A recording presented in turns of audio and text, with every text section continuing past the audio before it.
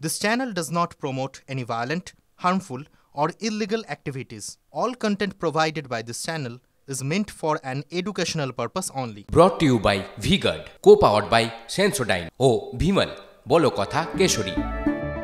Associate sponsor Ultratech Cement। BJP booth সভাপতি খুনের তদন্তে পূর্ব মেদিনীপুরে এনআইএ গত বছর আপনাদের মনে থাকবে বিজেপি বুথ সভাপতি বিজয় কৃষ্ণ ভূঁইয়াকে অপহরণ করে খুনের অভিযোগ ওঠার তারপরেই এনআইএ আমরা আরো ডিটেইলে জানবো এই বিষয়ে আমাদের প্রতিনিধি কনিষ্ক মাইতি রয়েছেন। কনিষ্ক, দেখো নিমা, তুমি জানো যে এই বিজয় ভূঁইয়া নয়নার যে বুথ সভাপতি অর্থাৎ বাক্সা অঞ্চলের যে বুথ সভাপতি বিজয় ভূঁইয়াকে তৃণমূলের দুষ্কৃতীদের এমনটাই অভিযোগ ছিল যে তার বাড়ি থেকে তুলে নিয়ে গিয়ে তাকে রাতের অন্ধকারে কুপিয়ে খুন করা হয় এবং তাকে নৃশংসভাবে হত্যা করা হয়। এই সমগ্র অভিযোগ ছিল কিন্তু বিরোধী দলনেতা তিনি বারবার সরব হয়েছেন, হাইকোর্টের দ্বারস্থ হয়েছেন। তার পাশাপাশি একাধিক নয়নার তৃণমূল নেতার বিরুদ্ধে অভিযোগ দায়ের হয়েছে। ইতিমধ্যে বেশ কয়েকজন গ্রেপ্তার হলেও এখন মূল অভিযুক্তরা অধরা। সমগ্র বিষয় নিয়ে সিবিআই তদন্তের পাশাপাশি কিন্তু এই পুরো ঘটনায় যে এনআইএ তদন্তের দাবি তুলেছিল পরিবার এবং বিরোধী দলনেতা সহ জেলা বিজেপি নেতৃত্বরা, এই সমগ্র অভিযোগকে মান্যতা দিয়ে কোর্টের নির্দেশে কিন্তু এনআইএ তদন্তকারী আধিকারিকরা তারা বিজয় ভূঁইয়ার এই মৃত্যু রহস্য উদ্ঘাটনের জন্য তারা জেলায় এসেছে এবং সমগ্র বিষয়টাই পুঙ্খানুপুঙ্খভাবে তারা তদন্ত করবে বলে এমনটাই জানা যাচ্ছে। যদিও এখনো পর্যন্ত পরিবারের কাছে বিজয় ভূঁইয়ার যে পরিবার সেই পরিবারের কাছে তার ছেলে বা মেয়ে বা তার স্ত্রী তাদের কাছে এখনো পর্যন্ত এনআইএ আধিকারিকরা পৌঁছায়নি। এলেই কিন্তু সমগ্র তথ্য তাদের থেকে নিয়ে তাদের যে তদন্ত যতটা প্রয়োজন ততটা কিন্তু তারা তদন্ত করবেন এবং সেই সমগ্র যারা সাসপেক্টের মূলে আছে তাদের খোঁজ করবে এবং উপযুক্ত দোষীরা শাস্তি পাবে বলে এমনটাই দাবি করছেন পরিবারের। তুমি নজর রাখো। ভোটের মুখে মাওবাদীদের গতিবিধি নিয়ে উদ্বিগ্ন প্রশাসন।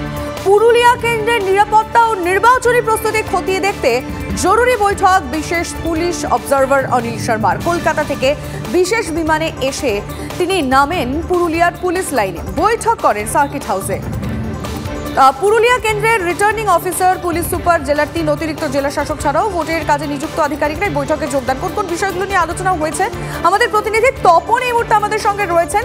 তো তপনের কাছ থেকে আমরা একটু ডিটেলে জানার চেষ্টা করি এই বিষয়টা। তপন, কোন কোন বিষয়গুলো আলোচনায় উঠে এলো আজকে? দেখো, প্রথমত তোমায় বলি লীনা, এই special police observer Anil Sharma তিনি এসে প্রথমেই কি কি প্রস্তুতি নেওয়া হয়েছে তার সবিস্তারে রিপোর্ট চান এবং দেখেন।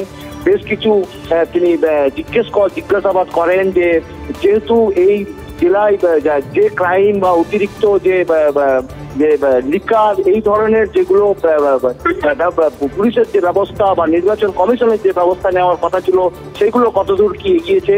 পাশাপাশি খুব গুরুত্বপূর্ণ তোমায় বলি যে এই বৈঠকে জেলার পুলিশ সুপার অভিজিৎ ব্যানার্জি তিনি স্পেশাল যে পুলিশ অবজারভার রয়েছেন তার কাছে অতিরিক্ত বাহিনী আবেদন করেন। তার কারণ তুমি জানো গত 2010 সাল থেকে যে মাওবাদীদের অ্যাক্টিভিটিস এই জেলায় বা এই জেলার বিভিন্ন প্রান্তে বিভিন্ন ব্লকে জঙ্গলমহলের বিভিন্ন ব্লকে ছিল, সেই তারই স্পেশাল ইয়ে করার জন্যই স্পেশাল ফোর্স বাড়ানোর দাবি জানিয়েছেন এবং স্পেশাল ফোর্স চাওয়া হয়েছে। এই মুহূর্তে জেলা প্রশাসন সূত্রে যেটা খবর যে 137 কোম্পানি কেন্দ্রীয় বাহিনী এই কেন্দ্রে দেওয়া হলেও যেহেতু জঙ্গলমহলের বিস্তীর্ণ এলাকা ঝাড়খণ্ড লাগোয়া এবং তুমি জানো যে ঝাড়খণ্ডে মাওবাদীদের অ্যাক্টিভিটিস এখনো পর্যন্ত রয়েছে। তুমি নজরে রাখো আপাতত, ধন্যবাদ। এই মুহূর্তে মালদার দিকে নজর রাখতে হচ্ছে কারণ মালদা কার্যত এখন বোমা বারুদের স্তূপ হয়ে দাঁড়িয়েছে। শুধু মালদা কেন, বিভিন্ন জায়গা। এই মুহূর্তে মালদার ছবি আপনাদের দেখাবো যেখানে বোমা বিস্ফোরণ হয়েছে। বোমা মজুত করে রাখা ছিল, কোথায় ছিল জানেন? একটা পরিত্যক্ত ট্যাঙ্কিতে 2 জার ভর্তি বোমা মজুত ছিল। ঘটনাস্থলে খবর পাওয়ার পরই বম্ব স্কোয়াড এবং পুলিশ গিয়ে পৌঁছয়। ভোট মিটলেও অশান্তির বিরাম যে নেই সেটা এই ছবি প্রমাণ করে দিচ্ছে। আতঙ্ক যেন পিছুই ছাড়ছে না সাধারণ মানুষের। কিন্তু প্রশ্ন হলো এই ছবিটা দেখার পর এত বোমা আসছে কোথা থেকে, কারা মজুত করছে? শুধু কি মালদা? একেবারেই না। ওই যে বললাম গোটা বাংলা এই মুহূর্তে দাঁড়িয়ে বারুদের স্তূপে রয়েছে। সেই ছবিগুলোই আমরা এই মুহূর্তে আপনাদের সঙ্গে একটা একটা একটা করে দেখাচ্ছি। সমস্ত টুকরো ছবির কোলাজ একসাথে টিভি9 বাংলার পর্দায়। সেখানে কোথায় না নেই বোমা। সাগরপাড়া থেকে শুরু করে বেলডাঙ্গা, ডোমকল, ভাটপাড়া, রেজিনগর সমস্ত জায়গায় বোমা উদ্ধার হয়েছে। বাংলার বিভিন্ন জায়গায় নবগ্রাম, রেজিনগর এবং রেজিনগরের দু জায়গা আমরা আরো ছবি দেখাবো। বারুদের স্তূপে রয়েছে বাসন্তী, ক্যানিং আগ্নেয়াস্ত্র উদ্ধার হয়েছে। ব্যান্ডেলে স্কুলে ভাবুন একবার, যেখানে পড়ুয়ারা যাচ্ছে পড়াশোনা শিখতে, শিক্ষা নিতে, সেখানে বোমা উদ্ধার হয়েছে।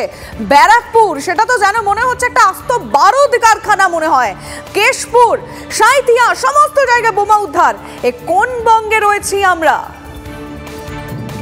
মহিলার রক্তাক্ত দেহ উদ্ধার ঘিরে চাঞ্চল্য। পূর্ব 55 গ্রামের আনন্দপুরের ঘটনা এটি। খুন নাকি আত্মহত্যা তা এখনো স্পষ্ট নয়। ময়নাতদন্তের রিপোর্ট হাতে পেলেই বোঝা যাবে যে কিভাবে মৃত্যু হয়েছে, স্পষ্ট হবে বলে জানিয়ে দিয়েছে পুলিশ।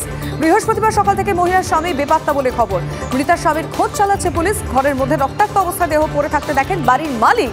মৃত মহিলার নাম মনীষা বাগ। বাড়ির মালিকের দাবি, মনীষা এবং তার স্বামী ভাড়া থাকতেন। স্বামী স্ত্রীর মধ্যে প্রায় ঝগড়া হতো। বৃহস্পতিবার সকাল থেকে মহিলার স্বামী বেপাত্তা বলে জানা গেছে। ঘটনার তদন্ত করছে পুলিশ। 17/A পূর্ব 55 গ্রামের ঠিক যে ঠিকানাতে আমরা দাঁড়িয়ে রয়েছি, এই বাড়ির একেবারে পেছনের দিকেই, যেটা প্রতিবেশী থেকে শুরু করে বাড়ির মালিক তারা দাবি করছেন, মাসখানেক আগেই এক দম্পতি তারা ভাড়া নিয়ে থাকতে শুরু করেন এবং শুক্রবার সন্ধ্যায় এই ঘরের ভেতর থেকেই কিন্তু মহিলার, মনীষা বাগ নামে বছর 35-এর ওই মহিলার দেহ উদ্ধার হয় এবং পুলিশকে খবর দেওয়া হলে পুলিশ এসে দেহ উদ্ধার করে এবং ইতিমধ্যেই দেহ ময়নাতদন্তের জন্য পাঠানো হয়েছে।